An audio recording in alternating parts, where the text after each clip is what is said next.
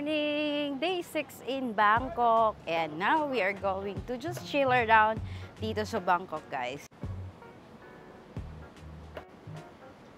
Our new hotel here in Pratunam ay mas malapit sa Airport Link, which is ang Ratcha Prarop Station. Konting lakad lang talaga at makakarating ka na sa train station.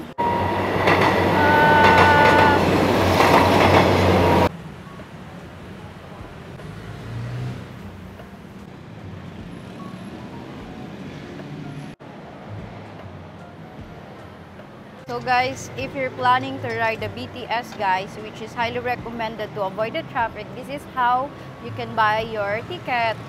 So first is, hanapin nyo ganitong machine, like ticket vending machine, tapos eto, press nyo yung English, and makikita nyo kung saang train station kayo andon. So Ratcha Prarop Station tayo. So dito makikita mo na yung line. So for example, we want to go to airport, dito sa Suvarnabhumi Airport.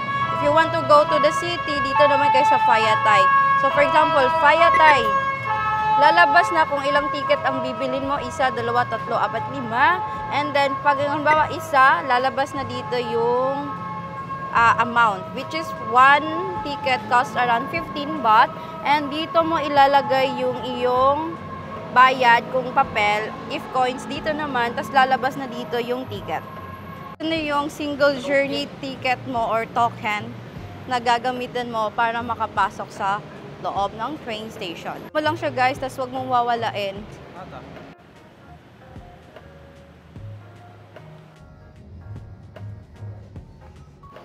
Ito naming bumili ng Rabbit card.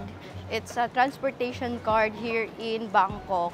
So convenient yun guys kasi tap ka lang ng tap at hindi ka na magpapaload. So ngayon, hinahanap namin kung saan kami makakabili. Nasa may Phaya Thai Station pala kami. And mas magandang magstay dito guys kasi malapit siya sa mga attractions.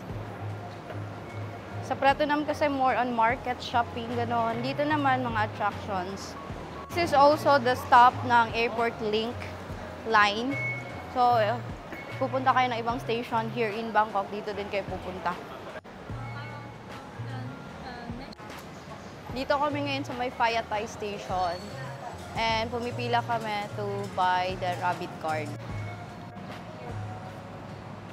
So now we have the Rabbit card guys. Ito na yung gagamitin natin pang bayad. Pag sasakay tayo ng train, hindi na tayo single journey guys. And dire-diretso na lang. Basta meron kang Rabbit card. If you're asking how much, this one cost around 300 baht. So 300 baht lahat ng nagastos naman sa isang card. Inclusive na siya ng 100 baht na card fee and then yung 200 baht, yun yung laman or load ng card natin. So this is highly recommended para dire-diretso na lang ang pagsakay nyo ng train dito sa Bangkok. Alam nyo, although affordable yung kanilang Grab, Bolt dito, I still recommend na sumakay kayo sa kanilang BTS. Kasi yung BTS nila dito or Bangkok train system ay napaka-convenient, napakaganda at napakalinis. This is also one way to beat the traffic here in Bangkok. Kasi sobrang traffic talaga dito. And by riding the train, makakasave kayo ng oras. And of course, ng money. Kaya kumuha na kayo ng Rabbit card.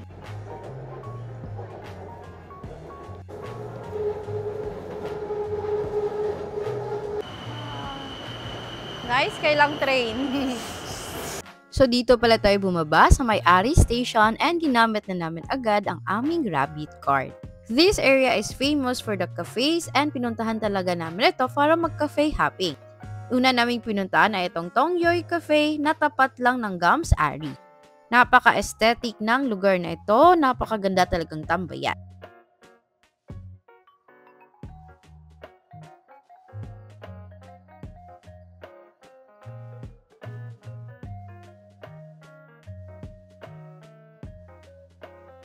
Ito talaga yung main reason kung bakit kami pumunta dito. We wanted to visit Gams Ari. Trending na trending talaga ang Gams Ari sa TikTok guys, kaya of course pinuntahan talaga namin. Totoo naman talaga yung chismis na maganda talaga dito sa Gams Ari. So maraming mga cafes ang available dito and marami ding mga photo op spots na pwede nyo talagang pagpicturean. Super duper cute talaga dito sa Gams Ari. However, nung pumunta kami dito, hindi na siya ganun ko-vibrant compare sa nakita namin sa TikTok. Still, you need to visit this one if you're coming to Bangkok. We are done here at Gums Ari. And sobrang init talaga, guys. And ibang-iba na siya sa picture.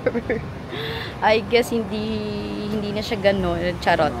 But yes, we are done here at Gums Ari. Tapos sasakay na lang kami ng boat, guys, going to our next destination. Let's go! Okay, 50 cash. So for our next stop, pinuntahan namin ang Icon Siam. Sa ilang beses naman dito sa Bangkok, guys, first time pa namin makakamunta sa mall na ito. And based on our research, ito daw yung favorite mall ni Lisa, kaya syempre pupuntahan natin. And guys, dumiretso talaga kami sa kainan kasi dito tayo kakain ng ating late lunch. Food haven talaga ang lugar nito, guys, kasi sobrang dami talaga ng mga kainan ang available dito sa Icon Siam.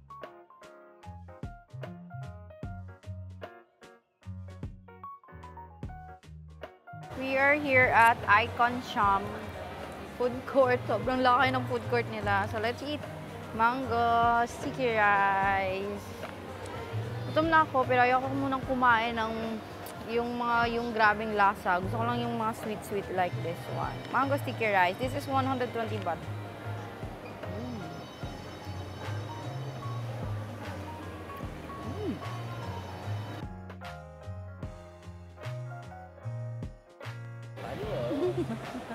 Good morning.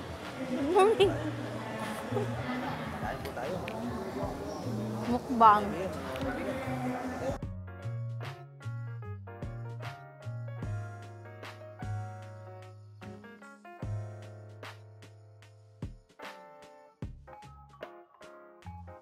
Back again because I bought this one. Roti with Nutella.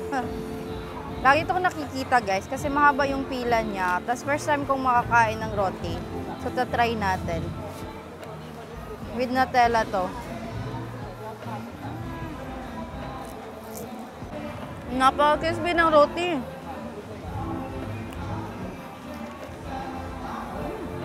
This one costs around 80 baht dito sa may Icon Siam.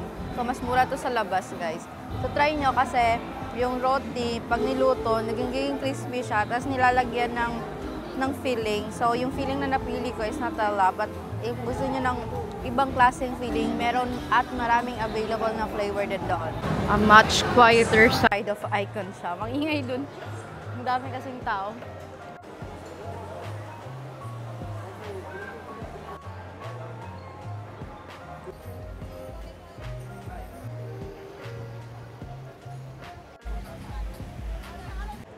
We made it here sa Icon Siam.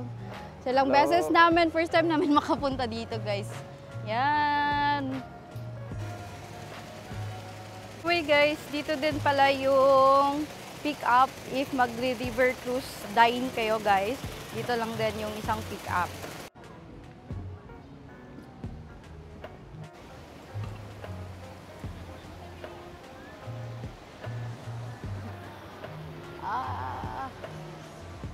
Saglit lang kami sa Icon Siam and to avoid the traffic, bumiyahe na agad kami and dito kami bumaba sa my Central World. Nag-boat lang pala kami going here and yes, this is Central World. We arrived here at Central World. Actually, sa hotel sana, guys. But we decided dito lang kami mag-drop off kasi napaka-traffic. And then, nadaanan naman yung Central World. So, dito kami bumaba. Walang jowa dyan, charot. Diba dito sa Bangkok, meron silang shrine kung saan yung mga single at naghahanap ng love ay dito nagdarasal. Itong likod ko, guys, ito yung tinatawag na Trimurti Shrine. Malapit lang siya sa Central World. Central World na yan, guys. And dito makikita niyo na siya agad kasi marami talagang bumibisita at nagdarasal sa area na.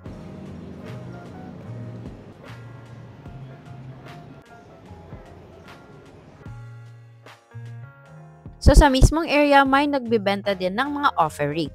And depende kung saan kayo magdarasal, iba't iba din yung kanilang mga offerings. Sabi naman ng Trimurti Shrine, guys, ay etong Ganesha Shrine. Yan. Yan naman yung isang shrine na makikita nyo dito sa my Central World. Marami din pumupunta dito at nagdarasal, asking for guidance, happiness, and wealth.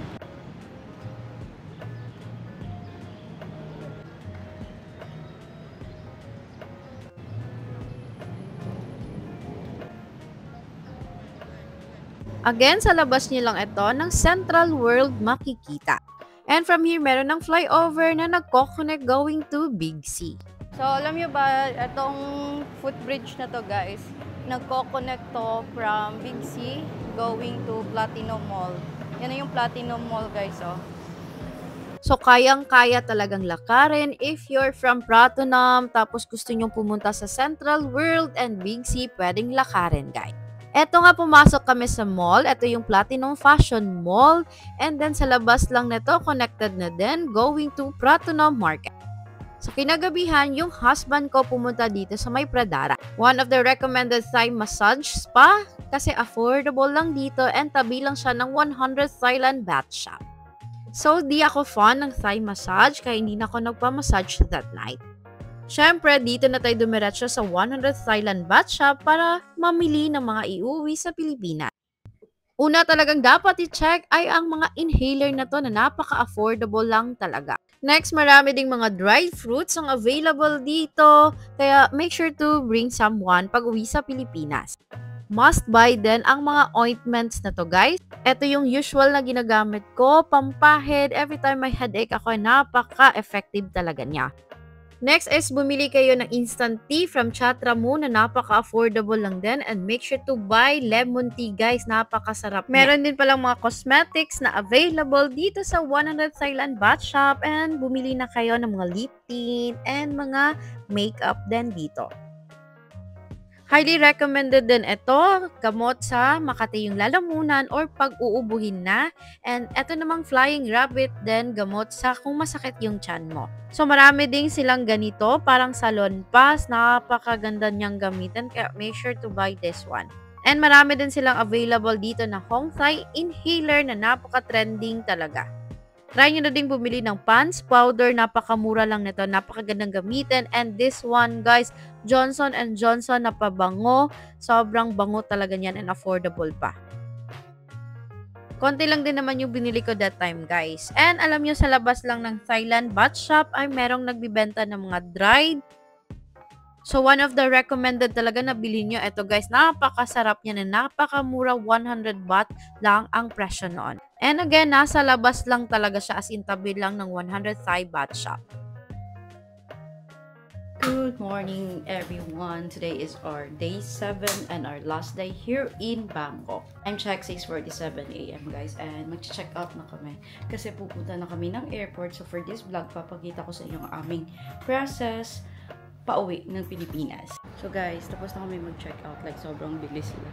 We are just waiting for our ride going to the airport. So guys, yung ginawa namin, hindi kami nagpa-airport transfer. For this one, nag-book ako in advance sa Bolt. Yes, pwedeng mag-schedule a ride sa Bolt and sobrang convenient talaga niya guys. Like kahapon pa ako nag-book nito. So binook kong ride is around 7 AM. So yung dating ng car is around 6:50 AM and aantayin nila kayo hanggang 7:05 AM. So, yun guys, mas mura siya guys actually compared to Grab. Yan na siya guys. So for this ride, 360 baht yung nabayad. Yan. Tapos kinompare ko kay Grab, like mga 400 plus, I think. So instead of booking airport transfer, mas tipid and convenient na mag-schedule a ride kayo sa Bolt. Makikita nyo ang feature na to sa Bolt app guys, kaya check nyo na din. 25 minutes lang yung biyahe namin going to the airport, sobrang bilis kasi hindi ma-traffic. After 25 minutes, we finally arrived here at Don Muang International Airport.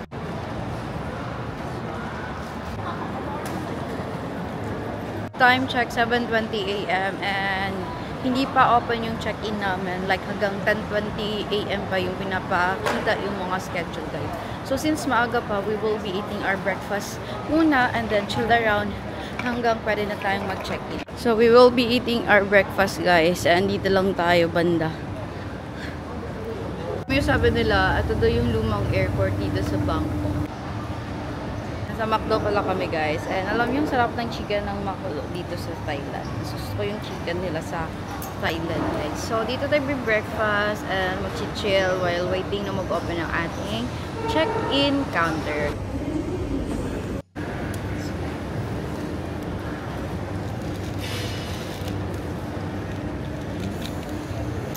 Nasa arrival hall ako guys kasi may bibilin dahil sa may 7-Eleven. Pangbaon natin sa loob ng departure area. So, ito nakita ko sa may arrival hall lang ng airport. And yeah, bibili tayo ng makakain at mababaon. So, exactly 3 hours before our flight, nag-open na ang check-in counter namin. 12:20 pala yung flight time namin and 9:20 siya nag-open. Recommended pala na mag-online check-in kayo para mabilis na lang ang process dito. So, dito sa check-in counter, i-check lang nila ang inyong flight and passport and then ititimbang yung mga check-in baggage nyo. After all that process, pupunta kayo dito kasi dadaan muna sa security screening ang mga check-in baggage nyo. Mabilis lang naman ang pag-screen dito pero kailangan mo talagang antayin if okay ba talaga ang mga luggage nyo. And after here, pwede ka nang pumasok sa immigration. Sobrang bilis lang mag-check-in guys. And tinitimbang nila doon. Then after timbangin, dadaan siya ng x-ray screening. So, after nilang timbangin, ikaw yung magdadala dyan sa machine na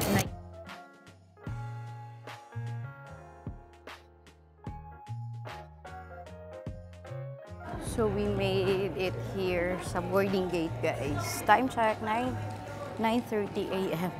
And yes, mabilis kami kasi nakauna kami sa pila, guys. So, 11:20 ang boarding time. And then, let's just go to our boarding gate. And doon na tayo tumambay. So, kanina sa immigration, wala namang ganong tanong. Like, fingerprints, tsaka picture, and then stamp na. And then, sa my security screening, gaya pa din sa atin, like, no jackets, power bank out, even yung mga tablets and phone out then. And we are here sa ating boarding gate 22. Ay, mas maganda dito kasi maraming kainan. Yan. So, antayin lang natin yung flight natin, guys. Mag-chill muna kami dito and let's see kung ano yung magawa namin inside the airport. And this is our second time flying out from Bangkok and then pauwi ng Pilipinas. Dito pa din na airport. Kasi nung last time, Don Muang yung exit namin and then for this trip, Don Muang pa din. And mas mura kasi talaga yung airfare ng Don Muang compared to Suvarnabhumi. Kaya mostly dito yung nabubook kong flight. Kaya naman if magbubook kayo ng flight sa Cebu Pacific or even AirAsia, check nyo ang DMK or Don Muang Airport. Kasi minsan mas mura, madalas mas mura si DMK na airport. And if you're wondering kung accessible ba ang Don Muang Airport sa city, yes, pwede kayong mag-bus, mag-Bolt or Grab. And also meron ding available na train station na malapit dito. Ito daw yung lumang airport ng Don Muang. Makikita niyo talaga na matagal na yung airport pero may mga areas na na-improve and so far okay naman dito, guys. Like, yeah. Mas gusto ko lang talaga dito kasi mas mura yung pamasahe compared to Suvarnabhumi. So this is our boarding gate. Yan. Gate 22. So, maraming kainan dito, guys. Unlike doon, konti lang. Dito, mas marami yung choice ng food. Mas tahimik din. Ganda, di ba? Carpeted pa yung nila dito. Yung airport. So, merong, eto, food, Kuala Express, merong ILLY, tsaka maganda may subway pa. Just chill around here at Don Muang Airport and let's just wait for our flight here sa ating boarding gate. So before ko makalimutan, guys, kailangan lang pala ng e-travel arrival QR code if pabalik na ng Pilipinas. Kaya make sure to fill this out before your arrival sa Pilipinas. So in fairness naman ni AirAsia, hindi delayed yung aming flights. And eto pala yung panahon na maraming canceled flights sa Thailand dahil sa earthquake. So, si AirAsia, walang problem. Tuloy yung biyahe. One problem lang namin, hindi talaga kami magkatabi ng aking husband. Every flight namin sa AirAsia. And we finally arrived here sa NAIA Terminal 3. Welcome back to the Philippines. So, sobrang bilis lang naman ang process pagkarating dito sa NAIA Terminal 3. And then, doon ako dumaan sa may e-gate, yung electronic gate nila So, wala siyang tatak, pero mag-i-email sila na yan na yung magiging proof mo na nakauwi ka na ng Pilipinas. And then right now, inantay na lang namin yung aming mga luggage since wala pa. So, andito pa kami sa baggage claim. After pala nito, dadaan kayo ng custom. So, if may mga need kayo i-declare nyo na. So, sa amin, dalawang maliliit na luggage lang naman yun. So, no need to declare kasi hindi naman kami nag-shopping sa Bangkok. And this is the end of our Thailand vlog. I'm so excited to share this itinerary sa inyo and mag-share din ng mga travel tips and guide para sa inyong future Thailand trip. Favorite ko talagang Thailand and I can't wait to be back sa Thailand soon. Siguro mga July guys, mga ganun. And ibang city na naman yung i-explore natin. For this vlog, eto na muna. And yes, if you like to know more, don't forget to like and subscribe. And need nyo mag-book something sa Klook, don't forget to use my Klook code DOCSOMIKLOOK for additional discount. And see you on my next travel!